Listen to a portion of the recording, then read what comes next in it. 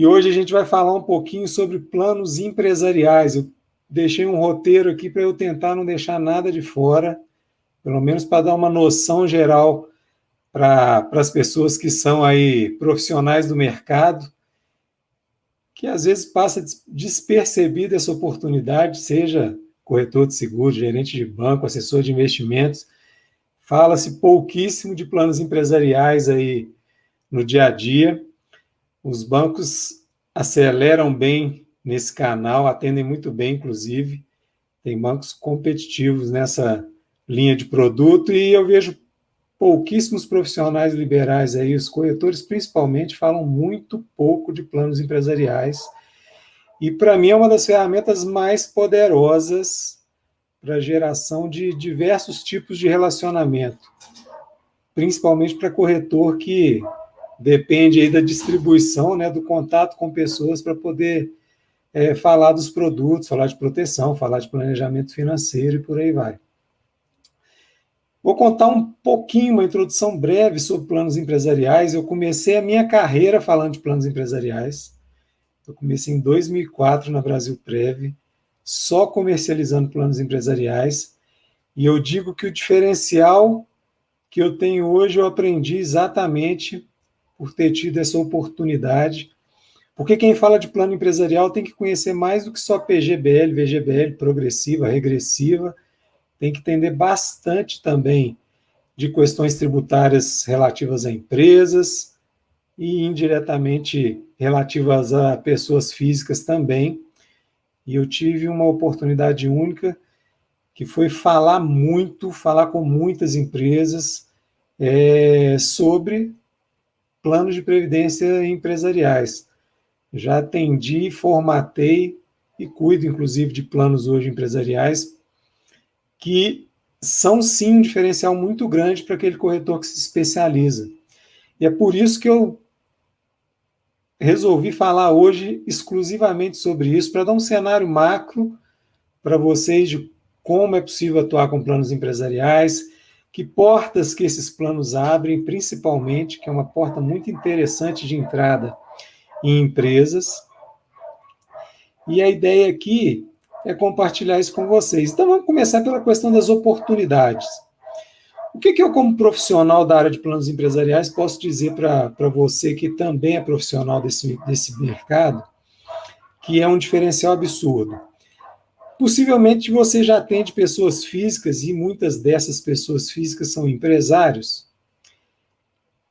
E esses empresários demandam alguns benefícios para as empresas, sejam elas do tamanho que forem. Pode ser uma empresa pequena, grande, o tamanho pouco importa para a questão de planos empresariais. E muitas vezes são relegados esse tipo de benefício, porque são pouquíssimas as pessoas que falam de planos empresariais hoje no Brasil, pouquíssimas mesmo. Com condição técnica para falar aprofundadamente, pouquíssimas. E essa é uma porta de entrada interessante, porque quando você tem acesso a um dono de empresa, que você tem conhecimento sobre os planos empresariais, e começa a falar com ele sobre o assunto, surgem muitas oportunidades do tipo: vou te colocar em contato com o RH, porque, pelo que você está me dizendo aí, existe uma modalidade de plano empresarial que eu não preciso fazer desembolso financeiro, né? Eu posso só oferecer condição comercial diferenciada para os funcionários, que é um belo de um benefício, e o funcionário entra, vai ver aquilo como benefício oferecido pela empresa, isso gera engajamento e gera contato pessoal, né? Dependendo da empresa que você conseguir implantar um plano desse, você fala com 100, 200, 300 funcionários numa implantação. Então, você tem um cross-selling aí automático só de estar falando de um produto que é um produto que eu chamo de varejo, mas no sentido de varejar, de falar com muitas pessoas de uma vez só. Então, essa questão de diferenciação, para quem fala, é a primeira oportunidade, do meu ponto de vista. Geração de leads direcionados pelo RH da empresa, porque você convence primeiro o RH e o dono da empresa, e depois que você está em contato com as pessoas, você pode fazer um planejamento bem feito que a gente já sabe bem como fazer e atuar. Outra oportunidade que eu vejo muito grande é para o próprio RH. Os RHs têm orçamento limitado muitas vezes, e eles ficam loucos para poder conseguir algum benefício interessante que seja bem visto, que seja de fácil implantação, que não seja um problema, porque às vezes existem benefícios que são complicados, né? A gente implanta e tem um operacional grande, tem uma dificuldade grande para o RH, e aí os RHs não gostam, não deixam implantar. Mas planos de previdência empresariais, eu vou falar das duas modalidades já, eles são produtos que são bem vistos, principalmente para empresas que participam desses rankings de melhores empresas para se trabalhar, esse tipo de coisa. Essas empresas, elas são pontuadas de acordo com os benefícios que elas oferecem, então é um tipo de benefício bem visto pelo RH. O RH fica lisonjeado de ter a possibilidade de levar para a direção da empresa um benefício que às vezes entra sem custo e com uma estruturação muito legal, porque para estruturar um plano empresarial, você tem que conhecer o básico de gestão de RH, de gestão de pessoas, de para quem que você vai oferecer o quê e por quê. É um bate-papo bem legal, assim, no sentido de relacionamento. E quando você consegue mostrar para o recursos humanos isso, é uma porta de entrada para um segundo modelo de plano, que é aqueles planos que têm contribuição da empresa também. Então, eu sugiro para quem aí tem contato com RHs, quem já vende apólices de vida em grupo, por exemplo, seja gerente de banco, seja corretor de seguros que comercializa esse tipo de produto, tentar falar de planos empresariais é uma oportunidade muito legal. Outra que, para mim, é uma das melhores, é assim, que planos empresariais, como você fala com muitas pessoas de uma vez só, e às vezes, dependendo do número de pessoas que entram no plano, você tem um volume de contribuições mensais muito altas, em contrapartida, você também tem uma remuneração recorrente maior. E é crescente, literalmente crescente. Eu administro planos hoje que têm contribuições mensais de 200, 300 mil reais por mês, porque são várias pessoas, tem contrapartida da empresa. Então, se você imaginar que todos os anos você capta de forma recorrente 1 milhão, 1 milhão e 200 mil em contribuições mensais, que você teve um trabalho só, né, que foi o de implantar a primeira proposta daquele participante. Depois, o acompanhamento, é nossa profissão fazer isso, já está na veia, a gente já faz isso. Mas quando você fala com empresa, você tem uma tendência natural em vender tickets maiores, que é o somatório de várias pessoas, centralizado, então você consegue melhorar a sua gestão de tempo, porque você vai num lugar só e fala com 30, 40, 50 pessoas, você consegue bater meta do ano aí, antecipar 3 meses de venda em um negócio, e fora que você gera um crescimento da carteira muito acelerado, né? Outra coisa que é muito legal, que eu acho que é um diferencial que a gente pode ter, assim, quem se especializa em plano empresarial é procurado.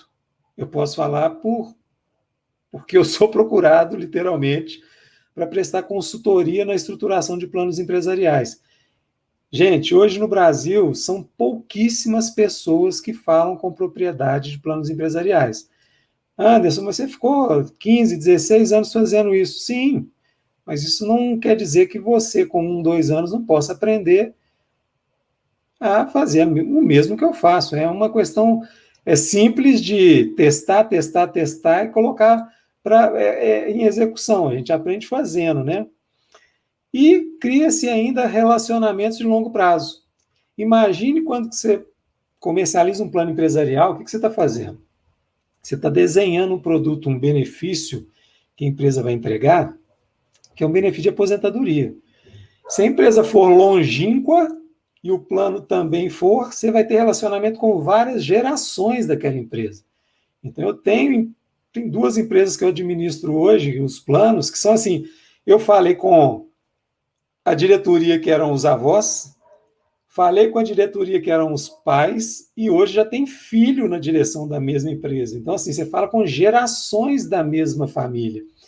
E acontece com o funcionário também, porque você fala com o primeiro funcionário lá do primeiro ano de plano, depois você tem a oportunidade de falar para a família dele. Então, é um modelo de produto que, se bem implantado, e às vezes, se tiver dificuldade em fazer isso, procure as seguradoras que elas apoiam os corretores e profissionais da área financeira que queiram implantar planos empresariais.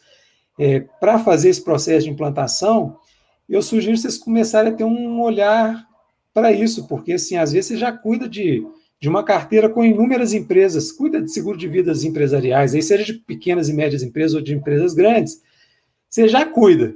Você fala de vida o tempo inteiro, de vida, vida, vida, e esquece que, às vezes, dá para se implantar um plano empresarial e não tem tamanho, tá, gente? A partir de uma, duas pessoas, você já cria um plano empresarial. É apenas uma decisão da empresa optar por uma possibilidade dessa. Dito isso, a questão de oportunidade, como que a gente estrutura um plano empresarial de previdência? Existem duas modalidades. A primeira modalidade, que é a mais simples, é o que eu chamo de porta de entrada, é o que a gente chama de plano averbado.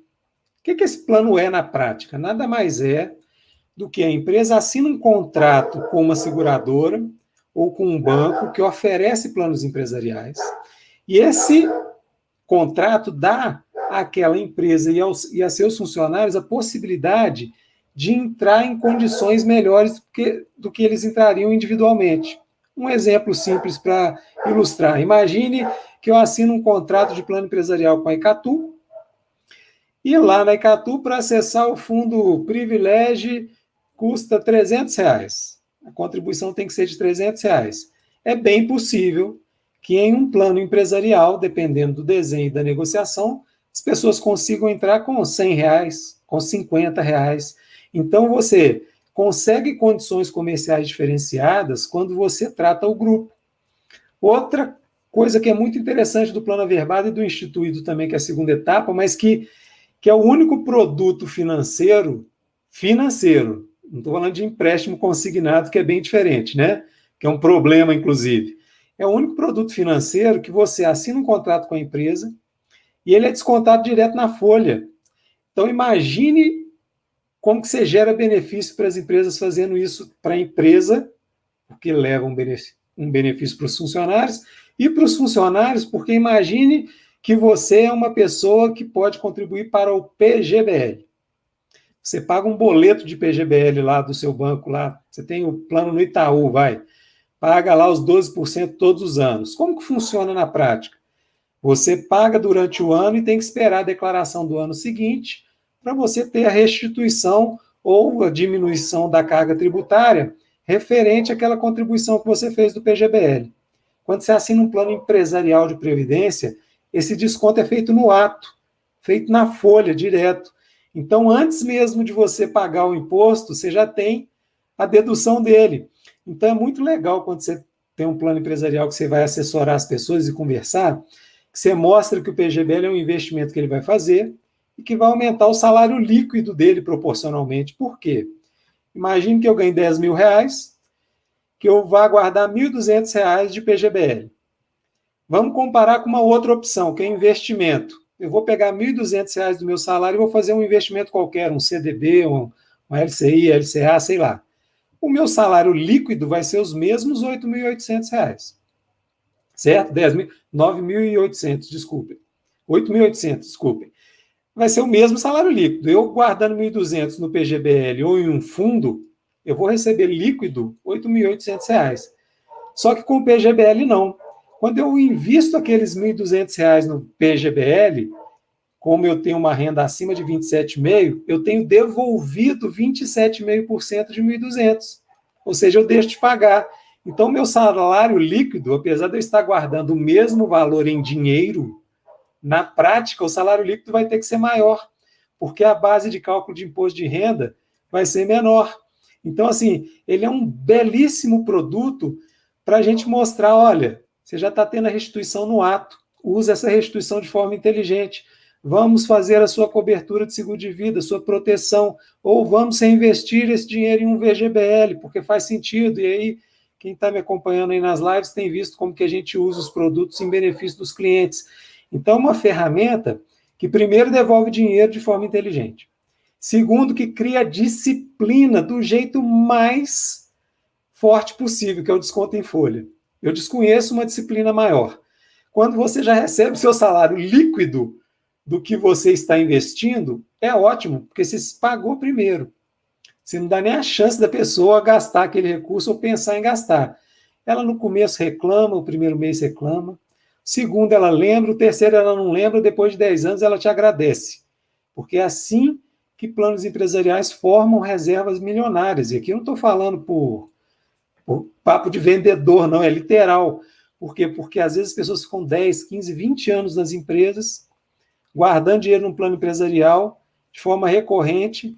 Na hora que elas vão ver a reserva, tem muito dinheiro guardado, ainda mais se a alocação tiver sido bem feita. Então, o plano averbado, apesar dele não ter a contribuição da empresa, e as pessoas falam, aí é ruim de entrar nesse plano. Não, é ótimo.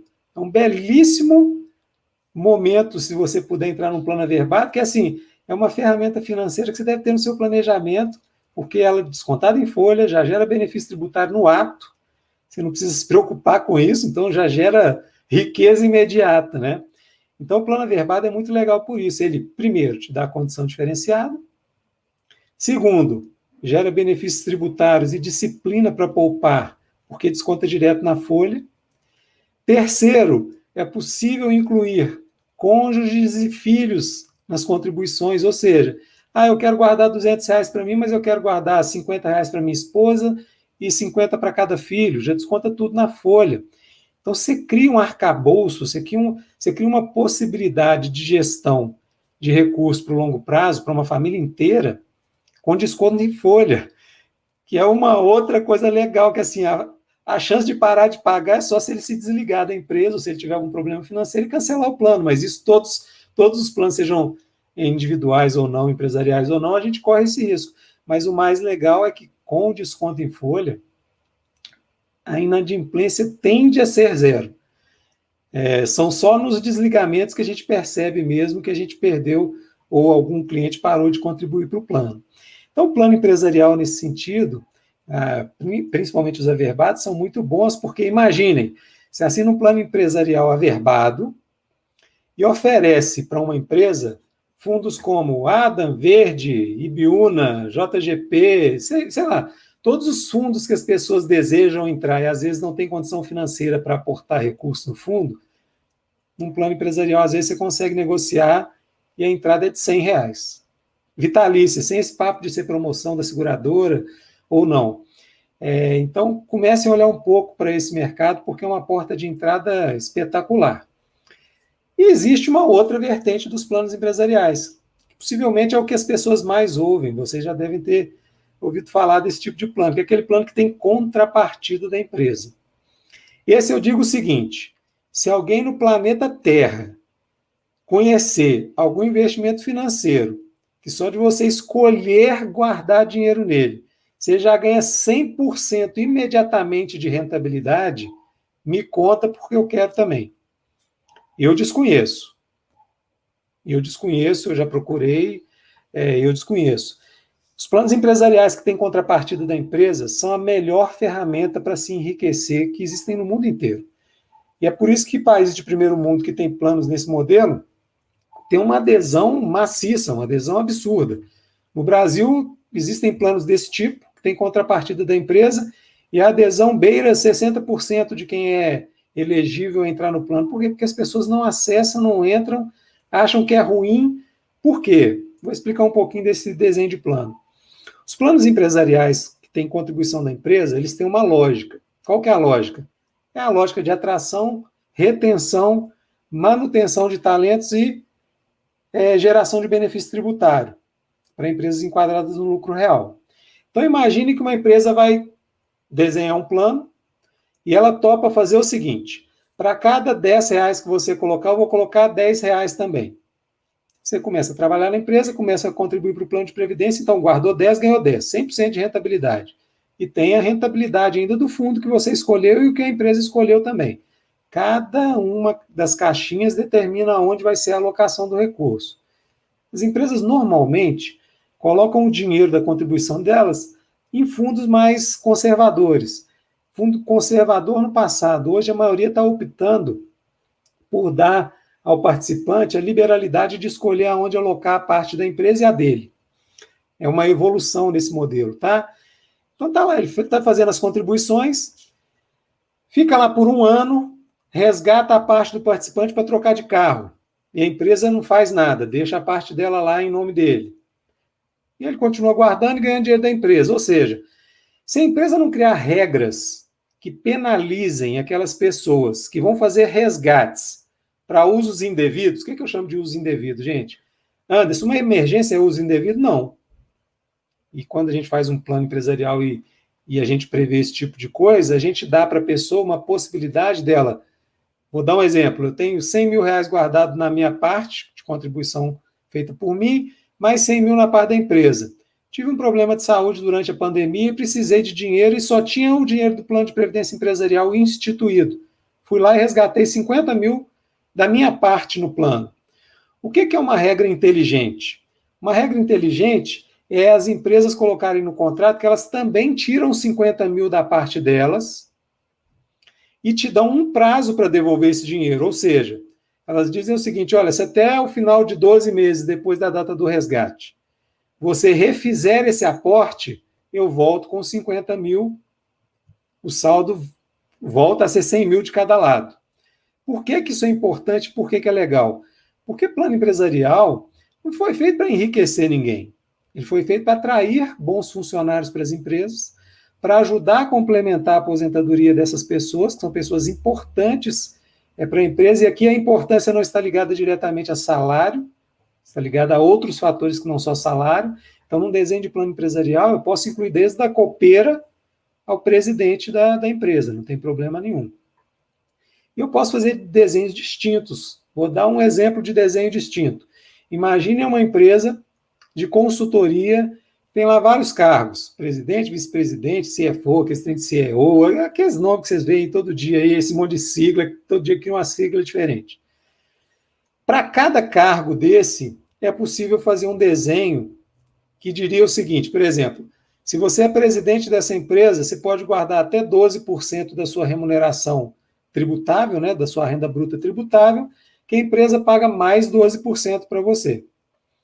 Te digo mais, se você é um presidente que já está na empresa há mais de 10 anos, você ainda tem uma contribuição especial, que é uma contribuição relativa ao seu serviço passado, porque vamos imaginar, a empresa não tem plano empresarial, vamos implantar um plano hoje na empresa. Vou dar um exemplo, vai implantar um plano empresarial lá na Coca-Cola.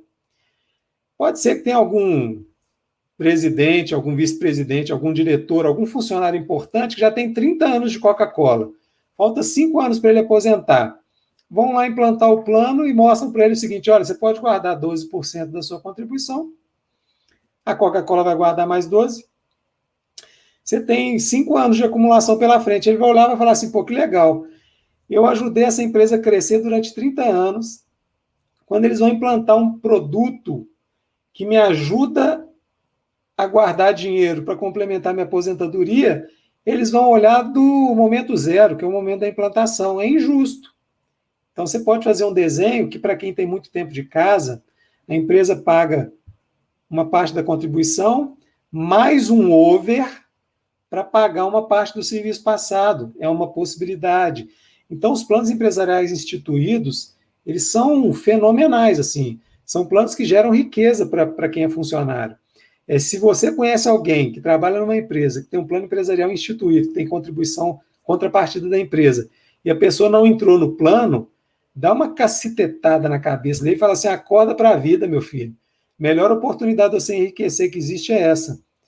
Então, assim, planos empresariais desse tipo são muito bons, para retenção de talentos. Para atração de talentos, vou dar um exemplo. Imagine que eu tinha um diretor financeiro numa empresa, ele guardava dinheiro no plano e a empresa guardava também. E as regras do plano diziam o seguinte, se você ficar 5 anos contribuindo no plano, você só leva a sua parte de contribuição. Se você ficar mais do que 5 anos, você leva a parte da empresa também. Esse cara ficou 4 anos na empresa e saiu. Então tem lá um saldo, vou chutar aqui, um saldo de R$1 milhão da parte da empresa, que a empresa guardou para ele nesses 4 anos. O que a empresa pode fazer? Ela vai no mercado, tentar contratar alguém para substituir aquele executivo importantíssimo, preparadíssimo, o que é muito difícil de se encontrar às vezes. Ela vai no mercado e na proposta de atração de alguém para atender aquele cargo, ela pode colocar, olha, você vai ter salário X, vai ter um pacote de opções aqui de carro, voo, passagem aérea para viajar com sua família 3 vezes por ano, um monte de benefícios que esses executivos têm, vai ter bônus financeiro, vai ter isso, vai ter aquilo, e tem mais. Se você aceitar a proposta, o seu plano de previdência já começa com um saldo de R$1 milhão. Então, esse tipo de desenho é possível em alguns casos, tem que ser bem feito, tem que ser bem estruturado juridicamente, um monte de coisa tem que ser analisada, mas é só para dar uma noção para vocês de como que isso é possível. E por parte da empresa? Imagina que a empresa está guardando dinheiro no plano de todo mundo lá, saiu alguém que não pôde levar aquela parte que estava prevista para ele levar, porque tem a penalidade, ele sofreu uma penalidade. A empresa não perde esse dinheiro. Esse dinheiro ela pode usar para distribuir igualmente para todo mundo que está no plano.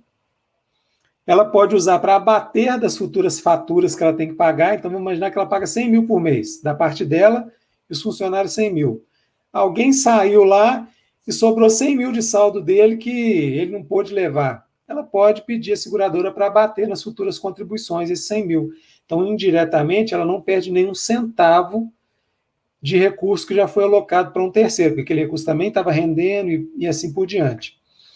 E existe uma terceira modalidade, que é a modalidade que eu tenho a grata satisfação de poder atuar há algum tempo, que é um modelo de plano voltado exclusivamente para empresas familiares que estão enquadradas no lucro real, que podem usufruir de benefícios tributários de contribuições feitas para planos empresariais de previdência.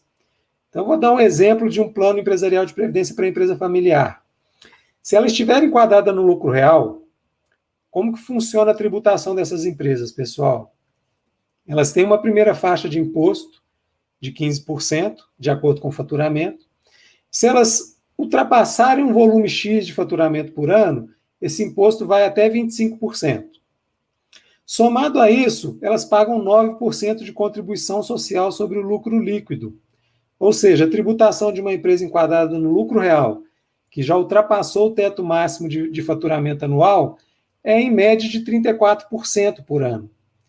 Então, a cada 10 milhões de faturamento, ela tem 3 milhões e 400 de imposto a pagar. Quando as empresas fazem um plano empresarial de previdência, são enquadradas no regime de lucro real e fazem contribuição para o plano, como que funciona? As empresas podem contribuir com até 20% da folha bruta anual para o plano. Então, uma empresa que tem 1 milhão de folha anual, ela pode guardar num plano de previdência empresarial até R$200 mil e abater esses R$200 mil como despesa operacional. Olha que julgada tributária legal. A cada 200 mil que ela guardar, ela vai diminuir a base de cálculo do imposto.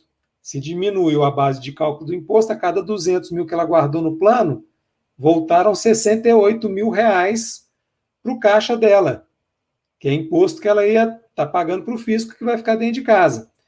E quando você olha para empresas familiares, principalmente, essa é uma ótima oportunidade de planejar sucessão. Por quê? Ao invés da cúpula, os sócios da empresa, ficarem só retirando recursos da empresa e reinvestindo no mercado, ele pode optar por um modelo que é o seguinte: eu faço retiradas anuais de 1 milhão, mas eu topo retirar um pouco menos para que a empresa faça um plano empresarial para mim e contribua para o meu plano. Por quê? Porque quando a empresa contribui, faz contribuição para o dono, que é o sócio, ele ganha 2 vezes. Por que ele ganha 2 vezes? Ele ganha a primeira vez porque ele está ganhando uma contribuição de previdência. Ok? A segunda, ele vai pegar aquela contribuição e vai abater como despesa operacional na empresa que é dele. Então, sobra imposto para ele. Fora isso, ele faz um plano para as pessoas que trabalham na empresa. Ele gera engajamento, ele gera benefício, e isso é um negócio interessante para ele. E se ele for uma pessoa que tem volumes expressivos de recurso, apesar da contribuição ter que ser feita em um PGBL, ele pode escolher a tabela regressiva e a cada contribuição que chegar a 10 anos, olha que operação interessante. Cada contribuição feita para ele que chegar a 10 anos de plano, ele vai pagar 10% de imposto. Mas ele ganhou na empresa dele 34%.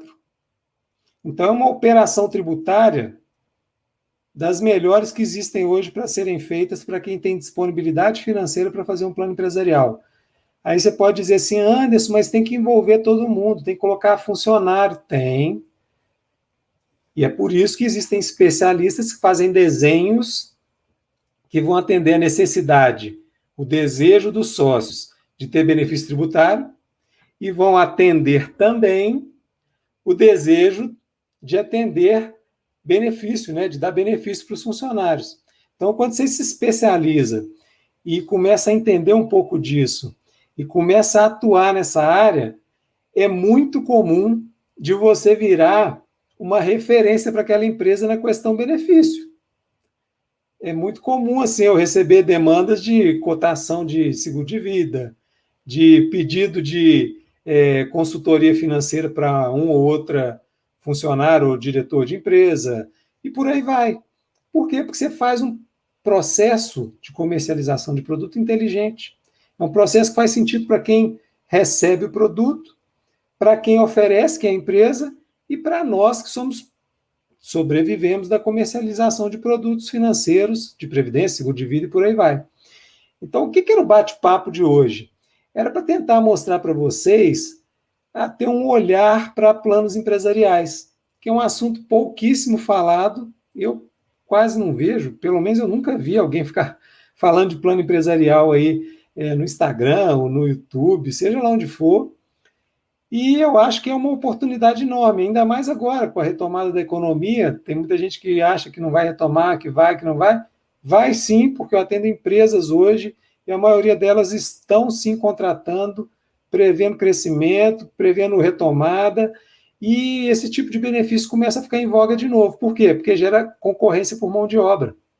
Então, aquela empresa que não tem plano empresarial, que tem pouquíssimos benefícios a oferecer, começa a perder mão de obra qualificada. Então, é um belo momento de você estar lá perto e tentar assessorá-las num desenho de plano desse. Anderson, eu não sei nada de plano empresarial, não tem problema, você só não precisa ter vergonha. Tenta prospectar, conversa com as seguradoras que você tem relacionamento. Eu posso citar aqui as seguradoras que são boas em planos empresariais. Na parte de bancos, Itaú e Brasilprev. Na parte de seguradoras independentes, Icatu disparado. É disparada que mais conhece de planos empresariais de previdência. Tem alguém aqui, ó, Ricardo Lacerda. Pode ser feito esse último modelo averbado, Anderson? Não. Ou ele é averbado ou ele é instituído. Mas todo plano instituído também é averbado. Vou explicar por quê. Quando você faz um plano instituído, que a empresa tem contrapartida, quando você vai fazer o desenho de plano, você coloca teto de contribuição. O que é o teto? Imagine que eu fizesse um plano instituído que eu não dissesse o teto máximo que a empresa vai contribuir. Aí eu ganho na Mega Sena. Eu chego lá e faço um aporte de R$1 milhão no meu plano de previdência, a empresa também tem que fazer um aporte de R$1 milhão. Então a gente coloca teto. Normalmente o teto das contribuições do participante vão até 12% do salário dele, que é o máximo que ele pode guardar num PGBL, por exemplo. Raridades os planos que guardam mais do que 12%. Eu já vi, mas isso é muito raro, muitíssimo raro. Em média, essas contribuições variam de 4% a 8% do salário. E a empresa acompanha o mesmo percentual. Tem diferenciais às vezes, porque as empresas guardam um pouquinho a mais para quem tem mais tempo de casa, ou o cargo específico ganha um percentual maior, aí é questão de desenho. Mas um plano instituído tem que prever o seguinte: imagina que você, Ricardo, está num plano e está guardando 5% do seu salário, que é o teto máximo que a empresa deixa, e a empresa guarda mais 5%. Mas você fala assim, olha, eu guardo dinheiro no PGBL para mim. Eu quero guardar 12% para eu ter o abatimento total na minha declaração de imposto de renda, lá direto na folha, você pode fazer uma apólice, né, uma proposta da parte averbada, que essa não vai ter contrapartida da empresa, mas vai ser descontada em folha também. Então, você tem um PGBL, que paga 5%, que acompanha a contribuição da empresa, que é um plano instituído. E os outros 7% que estão dentro do mesmo contrato é visto como uma parte averbada desse plano. Então é muito flexível, é muito legal e atende assim 99% das pessoas, de gregos a troianos. Então é uma oportunidade única, tá? Gente, para vocês terem ideia do tamanho de planos que são possíveis de fazer nesse modelo, nessa minha vida aí atuando com planos empresariais, eu já vi planos que pagam 18 milhões por ano de contribuição, 20 milhões. São volumes muito altos de contribuição. E o que você precisa para ganhar um negócio desse? Entender como funciona, escolher uma boa seguradora para te assessorar no processo, porque a maioria desses planos vão para os bancos porque tem uma relação de, como poderia dizer, né, de relacionamento financeiro. A empresa pega dinheiro emprestado no banco, porque pega dinheiro emprestado no banco, o banco pede para ela fazer o plano empresarial quando ela for fazer com o banco e está tudo certo, relacionamento comercial faz parte. Isso tem caído por terra porque seguradoras independentes aí entraram muito forte nessa questão dos planos empresariais e com um diferencial que eu acho o melhor de todos, que é a especialização para falar do assunto. Uma coisa é vender alguma coisa, outra coisa é prestar consultoria para fazer aquela coisa funcionar. Então, as seguradoras independentes têm muito esse viés de sair só da venda e ir para a consultoria. Isso faz uma diferença absurda. Então, eu também passei pela Icatu, por exemplo, posso dar o exemplo que eu passei pela casa. Ela é detentora de planos muito, muito, muito importantes do mercado brasileiro e ela ganhou porque ela é especialista no que faz. Assim como na Sul América também tem planos desse tipo, porque são especialistas, concorrem de igual para igual com o Itaú, com o Bradesco, com o Banco do Brasil, com Caixa Econômica, seja lá que banco for. Ah, Anderson, então não tem espaço para um corretor atuar nesse mercado? Tem, lógico que tem. Se for você o especialista que desenha a solução, o resto é plugar produto. Então, assim, o conhecimento é que faz a diferença nesse processo, tá? Qual o requisito mínimo para criar o plano empresarial? O Henrique está perguntando. Ter um CNPJ, ter funcionário e ter o desejo de oferecer um benefício. Você pode oferecer um plano empresarial hoje a custo zero, sem investir nenhum real no plano, se a empresa quiser, que são os planos averbados, tá? Então, pessoal, esse bate-papo de hoje aí, se alguém tiver alguma dúvida e quiser enviar, pode enviar que eu tiro a dúvida, aproveitando que a gente está no ar. Mas o bate-papo hoje era tão simples quanto isso que a gente falou, tentar mostrar um pouco como é que funciona esse mercado.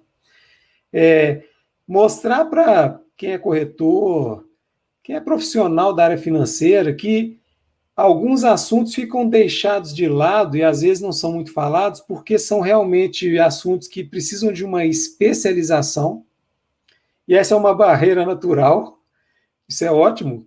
Quem estuda sai na frente, quem se prepara sai na frente, e tem que ser assim mesmo. O preguiçoso, que me desculpe, vai ficar para trás. Então, plano empresarial tem que ter conhecimento para falar, não dá para sair oferecendo plano empresarial para todo mundo sem ter um suporte de conhecimento técnico por trás disso. Eu sugiro quem não tem, procurar parcerias, seguradoras ou bancos que trabalhem juntos aí, para poder procurar um profissional dessa área para te ajudar a prospectar, a atender, a começar a fazer.